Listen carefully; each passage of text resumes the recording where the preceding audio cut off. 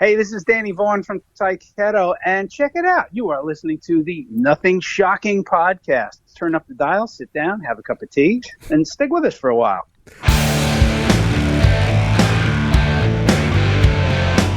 Want to know what's going on in the world of music? Then tune in to the Nothing Shocking podcast, a non-genre based, all ages friendly rock and roll program. Join us weekly for interviews with all your favorite rock stars from the mainstream to the underground. You can find us at nothingshocking.libsyn.com or anywhere you download podcasts.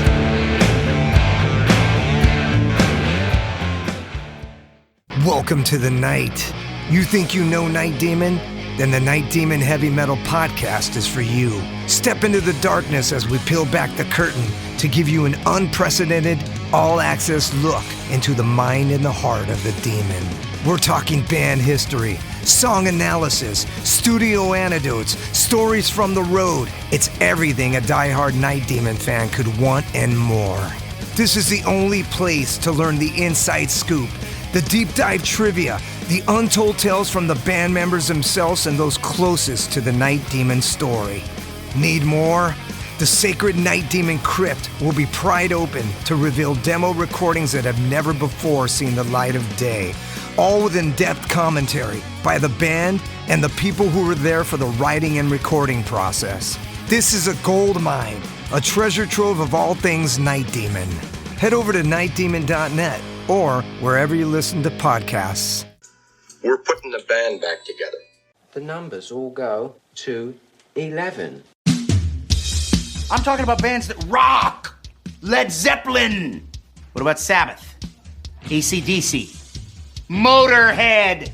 Does that mean it's louder? Is it any louder? Well, it's one louder, isn't it? We're not worthy! We're not worthy! Why don't you just make 10 louder and make 10 be the top number and make that a little louder?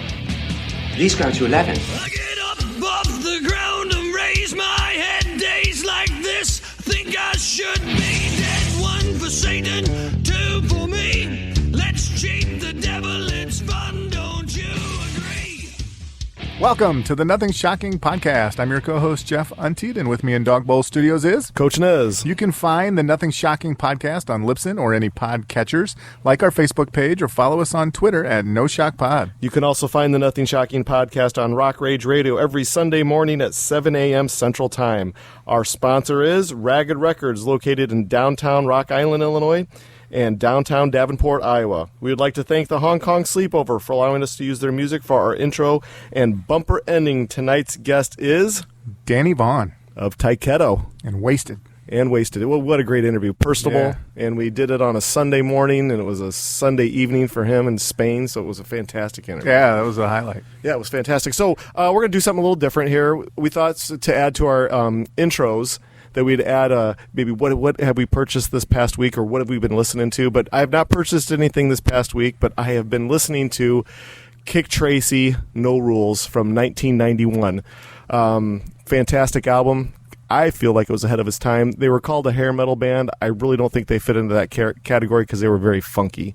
But yeah, that's what I've been listening to. If our listeners have not listened to Kick Tracy, No Rules, check it out, man. It was fantastic. Jeff, What about you? I ordered. I haven't received it yet. I ordered the Brian May Back to the Light reissue. I already have the album, but it's remastered.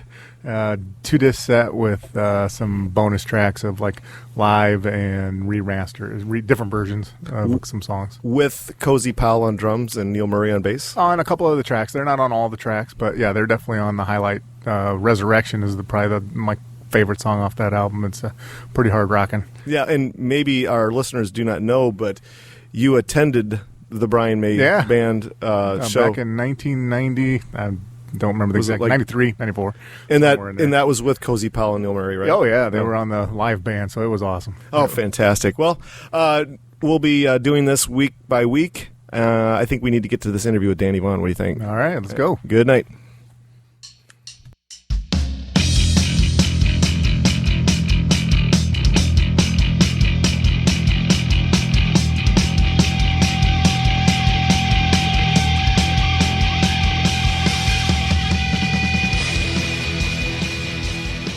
Danny, welcome to the Nothing Shocking podcast. I'd like to introduce to you my co-host, Jeff Untied. Danny, it's going to be great to talk to you today. How's it going, Jeff? Yeah, good. Yeah, thank you for having me. So what's this been? Are we really, is it just that we're not allowed to say anything shocking? How does this work exactly? We need some ground rules here. All right. Yeah. Well, so we're a family-friendly podcast, all ages. So we try to we try to keep the vulgarities to a low. but it's okay. If you do. Yeah, I can do that. I can do that if pushed. Yeah. Very good. So I guess the first question I have before we get into all of this music talk, what took you to Spain? You know, what's it all about? Yeah. It's all about a woman. What else would it be? Always. When I left America in 2003, end of 2003, beginning of 2004, and I moved to Ireland initially because I had friends there. So I had help, getting started and all that. And I probably would have stayed if the sunshine had ever shown up in the 5 years I was there. But it really didn't. And in the course of that time period, I was divorced and in my never again phase. And that didn't last very long because I met Melissa and she was living in Gibraltar at the time. Mm. And like everybody else, everyone's heard of Gibraltar, but I had to go look it up on a map. I was like, where exactly is it? And turns out it's at the very southern tip of Spain. And so we started courting and I came to Spain and went, this is where they're keeping the sun. And this is all working out very nicely. So I followed her here. Oh, and fantastic. That's the story. And so is the plan now Spain is going to be where I reside for the rest of my life type of thought process, or how's it going to all work for you? As far as I can tell, I mean, we're here 12 years now. So, oh, wow. Yeah. So, and I'd love to tell you how fluent I am in Spanish, but it would be an outright lie. She's very, very good at it, and so I just spend a lot of time when people talk to me pointing to her. She'll answer for me. It's terrible. Yeah, I've just not got the knack for languages. It's just one of those things. I do try.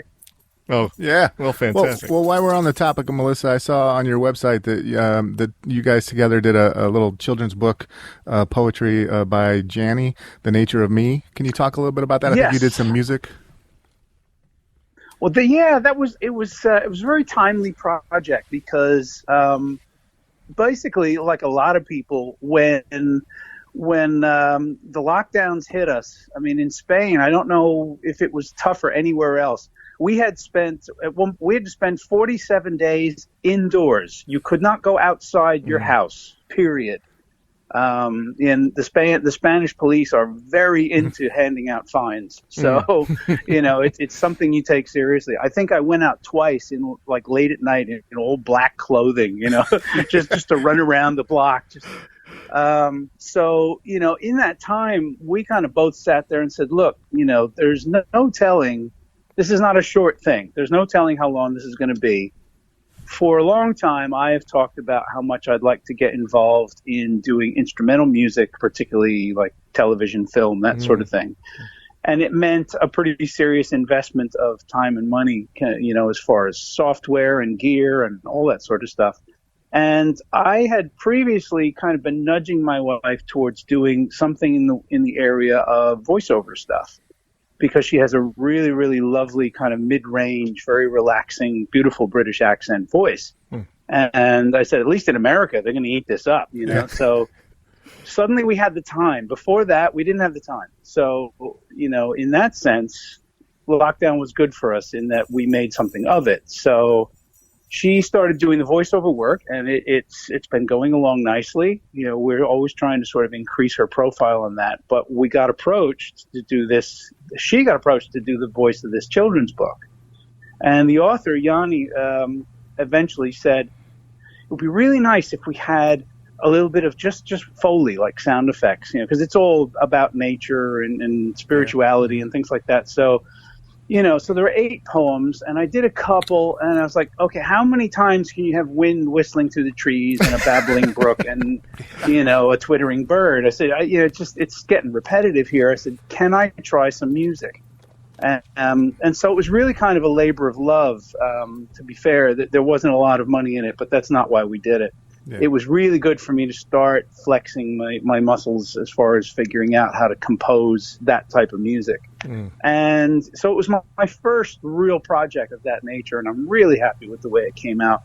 It's challenging when somebody gives you a kind of a remit, and it's like it's children's music, so obviously you're limited. You need interesting stuff, delightful themes, endearing stuff, not scary stuff, that sort of thing. So it was a really good workout to do that. So yeah, and it's so we originally did it on it's available as an ebook at the website's called thenaturekids.org.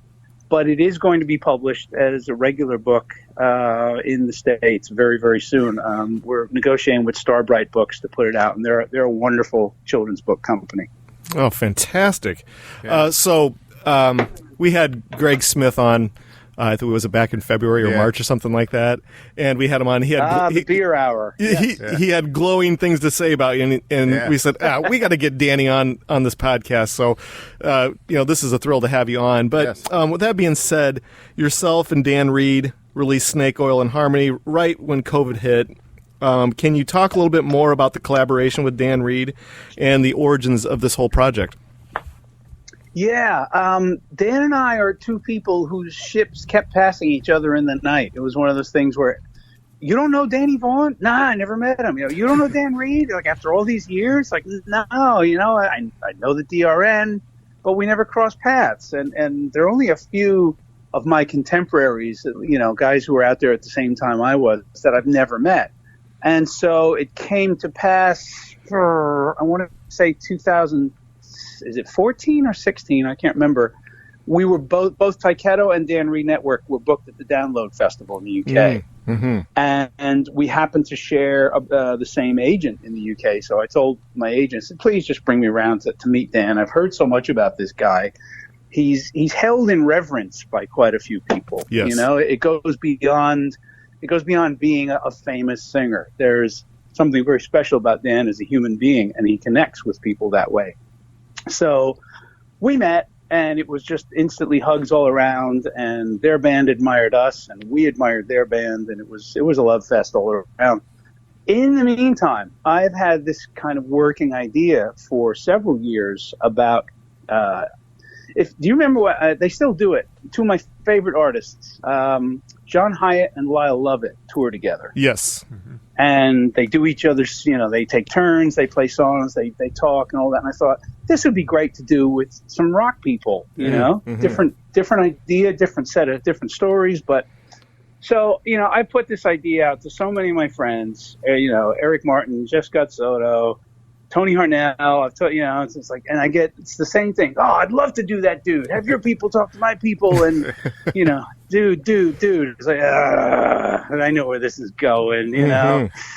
So it just never, be it for that or due to people's schedules, it never happened. So there I am standing there talking to Dan Reed in a kind of a muddy field in England, and I was like, you know what? You'd be amazing for this idea I have.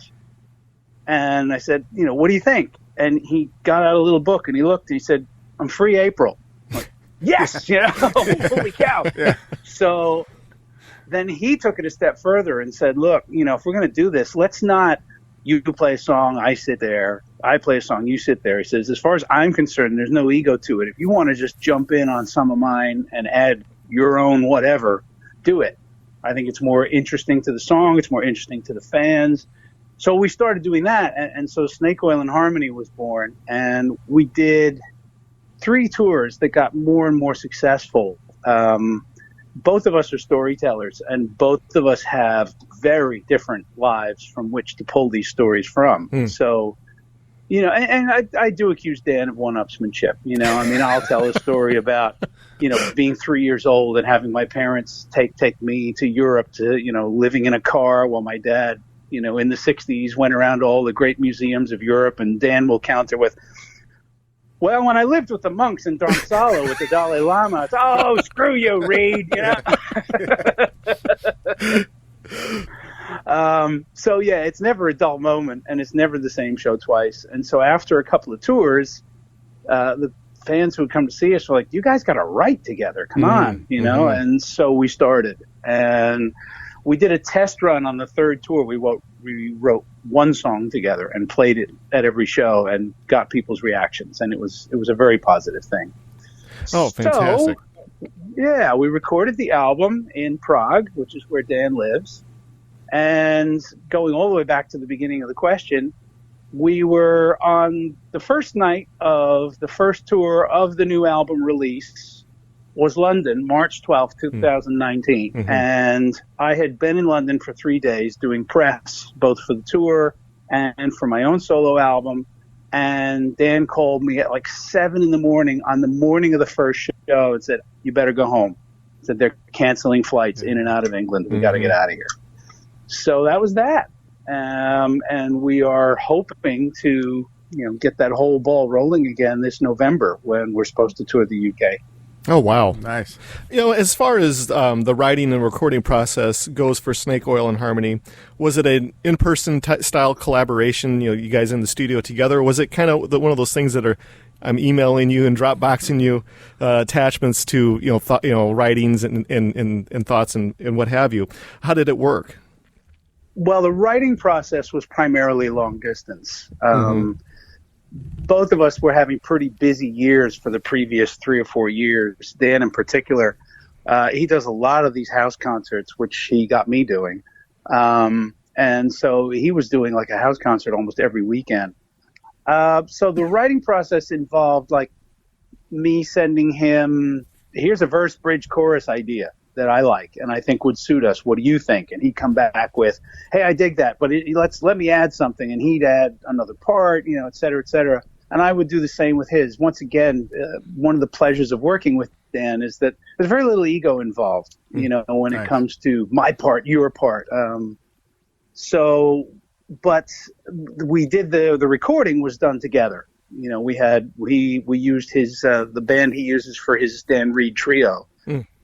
Which is Robert Ickes on drums and Bengt on bass. I can never pronounce his last name. He's Swedish, so I'm sure he'll forgive me. But they're both brilliant players, and so having them in place, and Jeff Tyson at Faust Studios, it was the right setting for everything, and an excuse to spend 3-4 weeks in Prague. Absolutely. Nice. Very good. Okay. Once the COVID restrictions have gone away, what can we expect as far as, Snake Oil and Harmony? Is it going to be one of those kind of things where this is a project type of thing, or this is going to be like a long-term band process for you guys? How's it going to work? I think it's got a long-term life to it.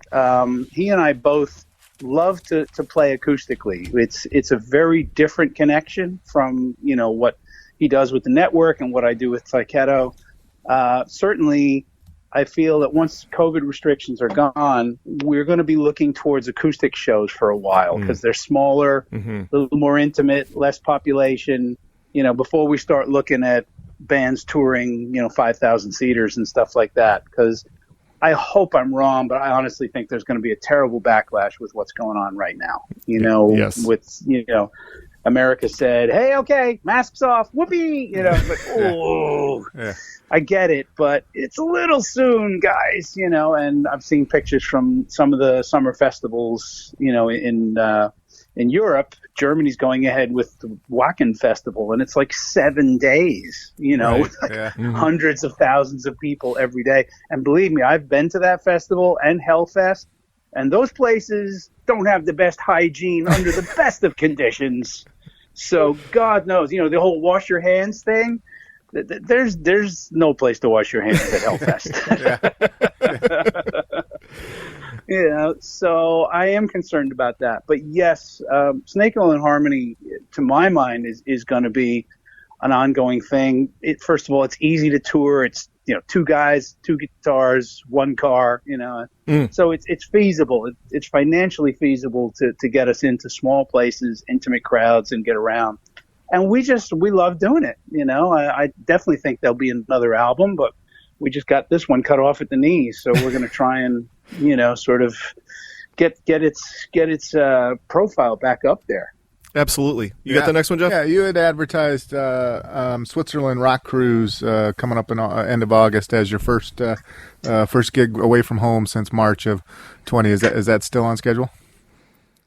Yeah, so far, it's kind of a daily thing where we have to sort of go on websites and look up, okay, what are today's restrictions, folks? Exactly. It's different in every country. It's different how each country relates to one another.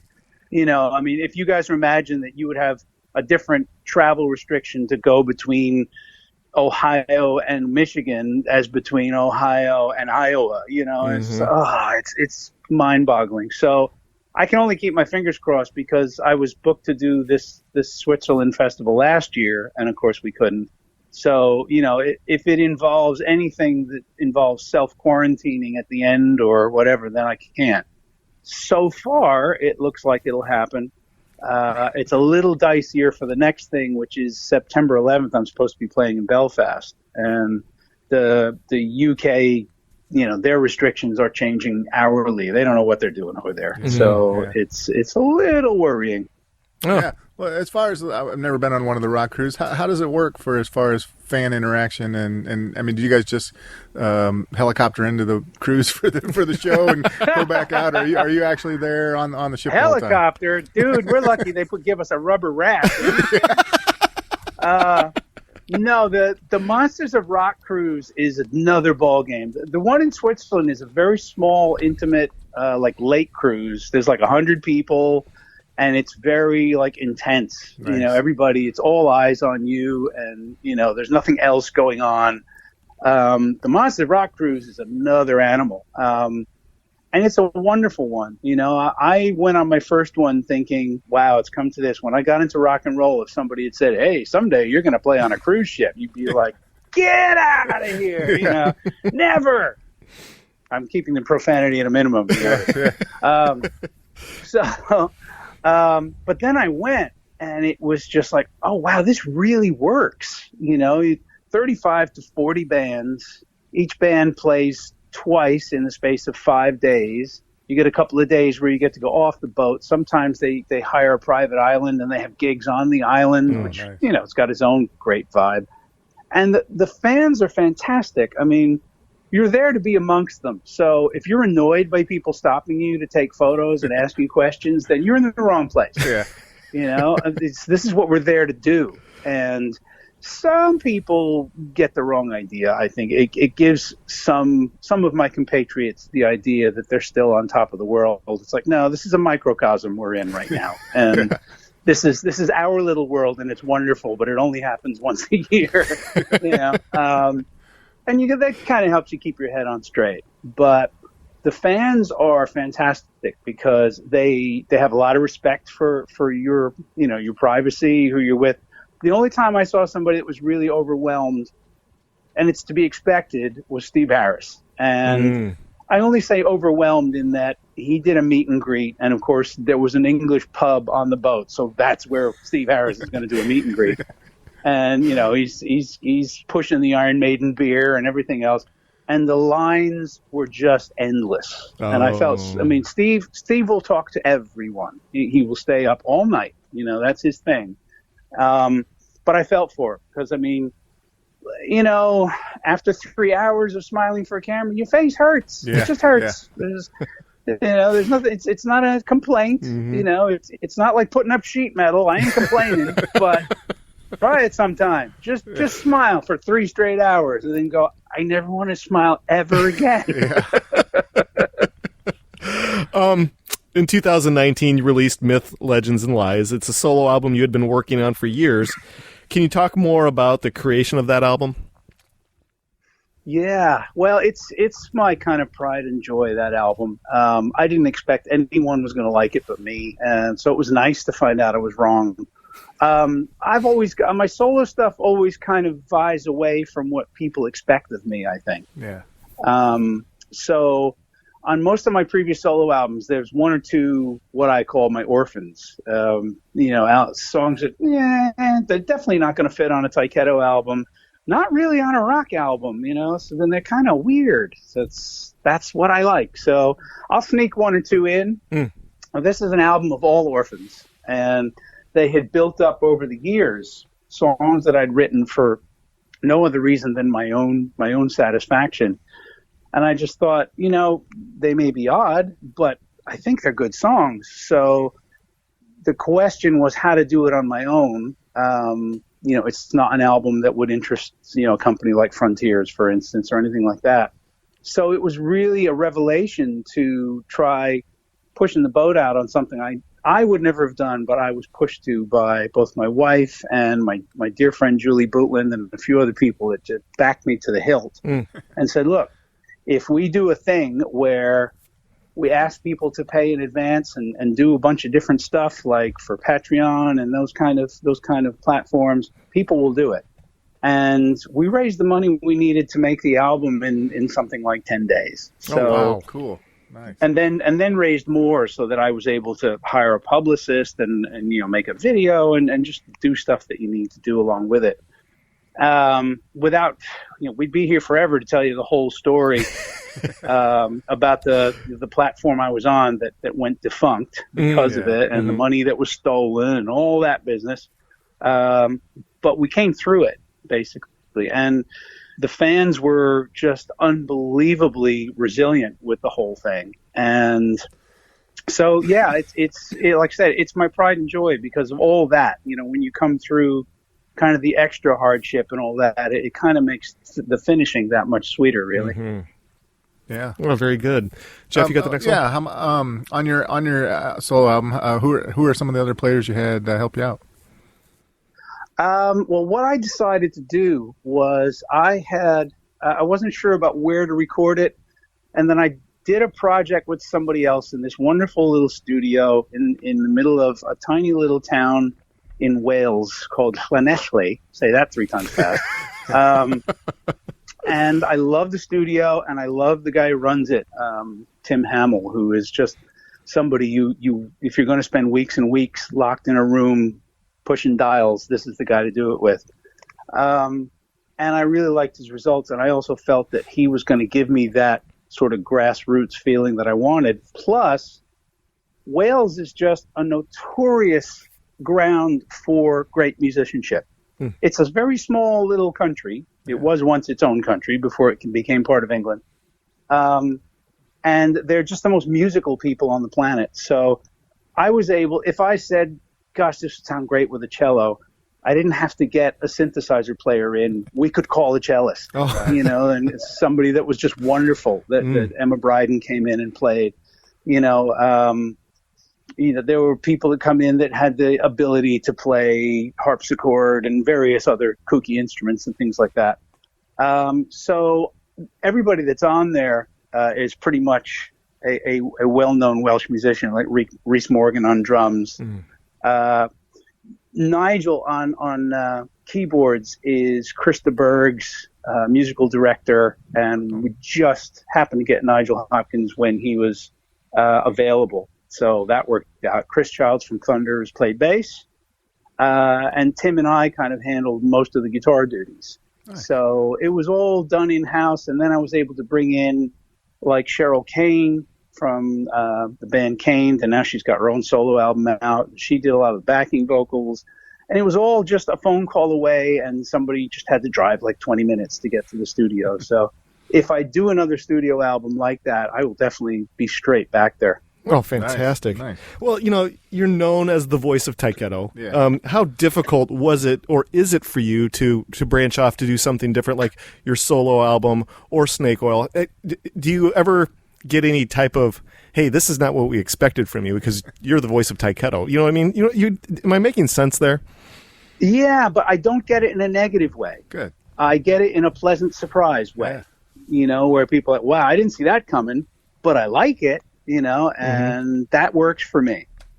I still do a fair amount of projects for other people in the vein that I'm known for, shall we say. And those chops are still there. But I'm such a massive singer-songwriter guy. I was when I started.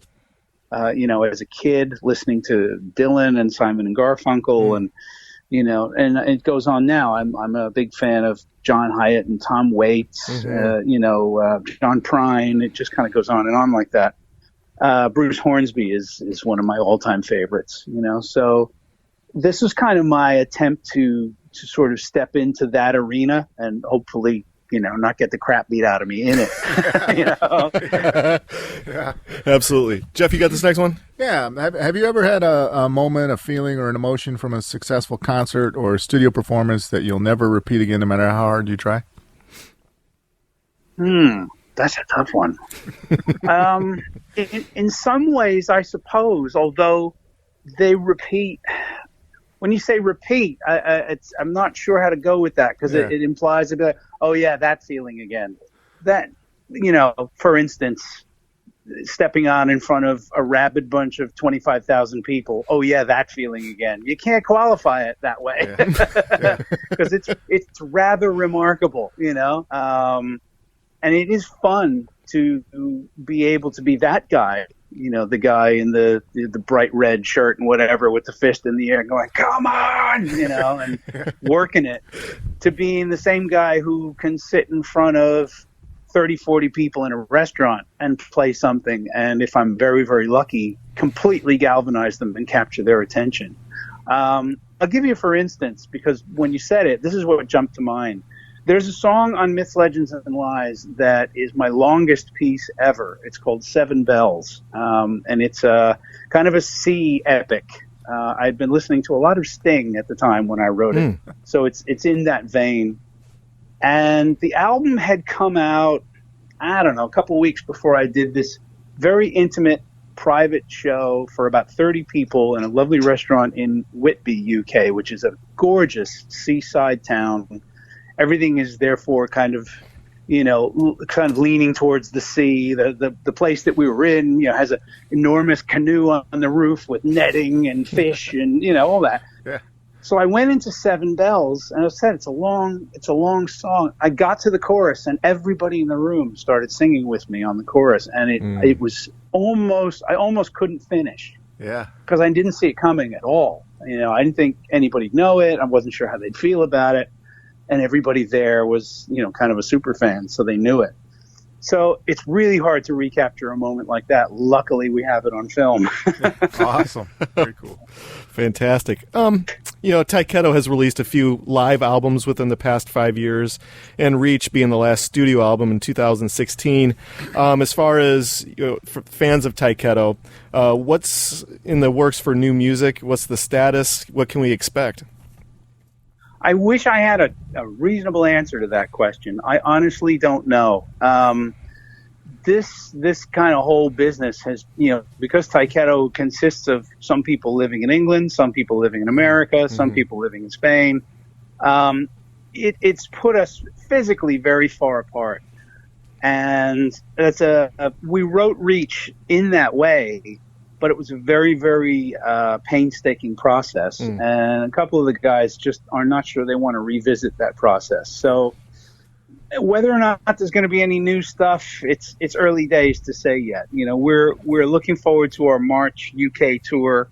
And if things open up a little again, but we're a limited band in that, we were never as big as the bands we get mentioned in the same sentence with, as our compadres. We're not as big as Winger. We're not as big as Danger Danger. We can't fill the size rooms that Firehouse fills, things like that. So we have to choose very carefully what we do. And also because of people's lives, families, jobs, et cetera, we really don't get that much time each year to devote to Tyketto. That's probably the biggest problem. Gotcha. Tyketto has been a band that has been true to the sound over the years. What's the band's recipe for creating new music or creating the music and the sound that it has? Because it's really never wavered through the years. You guys have always kind of stayed true to what got you to where you are. I think the question always comes down is, does the band love what we're doing? If we're writing to please others, I feel that it would be very transparent. So that's why there's some stuff on Reach that I feel is a bit of a stretch. as far as what Tyketto is. But personally, I also think Reach is the best Tyketto album. That's just my feeling about it. Obviously, I can never take away the shine of Don't Come Easy. But that's, how do you do that? That's the band's introduction to the world. That's one of those, if you're a Tyketto fan, that's one of those. I remember where I was when somebody played me that album. So, if I say Reach is our best album, there's quite a few people out there that might find that a sacrilegious statement. It is, so it's personal, but it's always come down to, we'll go down a little road for a little while and we'll go, is this the right road? And the only answer to that question is, are we the band happy with the road we're on? And if the answer is no, this doesn't feel true, then we don't do it. Okay. So we've passed up a few things that were good opportunities. When the original band members first got back together for a tour, it was 2004. And that was the first time all four of us had been together since 1995, and we'd had many offers to do it before that. And at the time, it was, hey, there's good money being offered, and then eventually somebody go, nah, we can't do this for money. If we're not ready to be around each other and pick that glove up again, then let's not. So when it did happen, it was because all four of us really wanted to, and that made that tour very, very special. Oh, fantastic. I'm ready. All right, so recently Eric and I went and saw a concert, one of the first ones back here in the Quad Cities, where another singer had to step in. And I read when you joined Waysted, when you got the call from Pete Way from UFO, that you had to learn the songs for UFO songs and Waysted songs a couple days before the show. Can you talk a little bit about that experience? Yeah, well, luckily it wasn't difficult because I was already a massive fan. So, peripherally, I knew all the songs. The way that occurred was that I had met Paul Chapman a year or two before, and that's a long story all in and of itself, pre-internet and all of that sort of thing, where somebody says Paul Chapman wants to hear from you, and you're like, yeah, right, tell me another one. But it ended up that I ended up in Florida with him, working with his band on a solo demo. I think we did 4, maybe 5 songs. Good band, songs were pretty cool. So we're talking, I want to say like 1983, something like that. And so we did a demo recording, and Paul was like, right, lads, I'm going back to England where, UFO had the deal. I'm going to talk to the people at Chrysalis. We'll have a deal in a week. And, this is going to happen.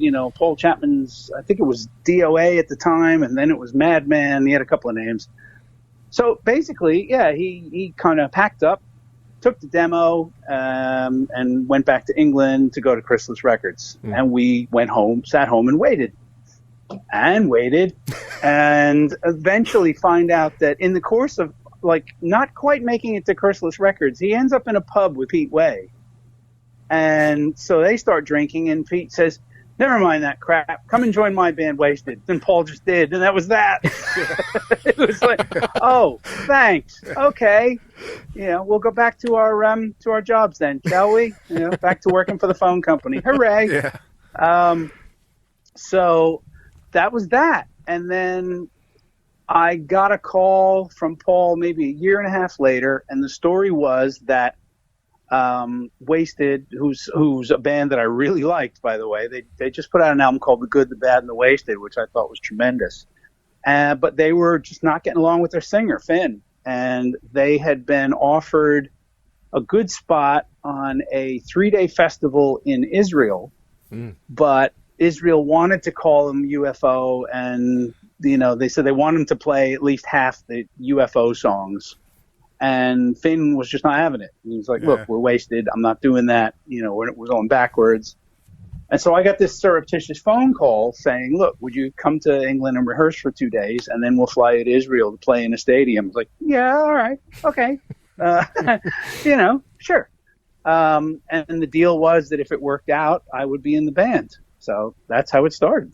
Oh, yeah. That's a cool story. All right, I got one. Yeah, well, the thing was is that the next day there was the whole Israel fiasco gets bigger and bigger because it was a 3-day festival that only went on for 1 day because the promoter took all the money the first day and got a plane out of the country and left with it. Oh. So, but he prepaid the entire hotels, all the hotel rooms and bar bills for 3 days. So we just drank them dry. But there was also a jazz festival going on at the same time. This is in Tel Aviv. So on one hand, I'm hanging out. Marillion was the headliners because they had a song called Kaylee out, which was number 1 at the time. We were the only rock act. Everything else was a little either softer, jazzier, whatever. But I'm hanging with guys like Billy Cobham. God, who else was on there? There were just so many great players. Climax Blues Band. It was just such a wild array. Peter Green played. So it was a hell of an experience. And so we all played that one day. And I distinctly remember that I was wearing an outfit that would have made Freddie Mercury blush. Okay, and one of these onesie spandex stripy things that you just think, yeah, nobody else has got this, and yeah, there's a reason for that. So we had a great time, partied like we were rock stars all night. I got trained in the arts of rock star skullduggery by UFO's drummer. And almost got arrested by the Mossad. That's another story.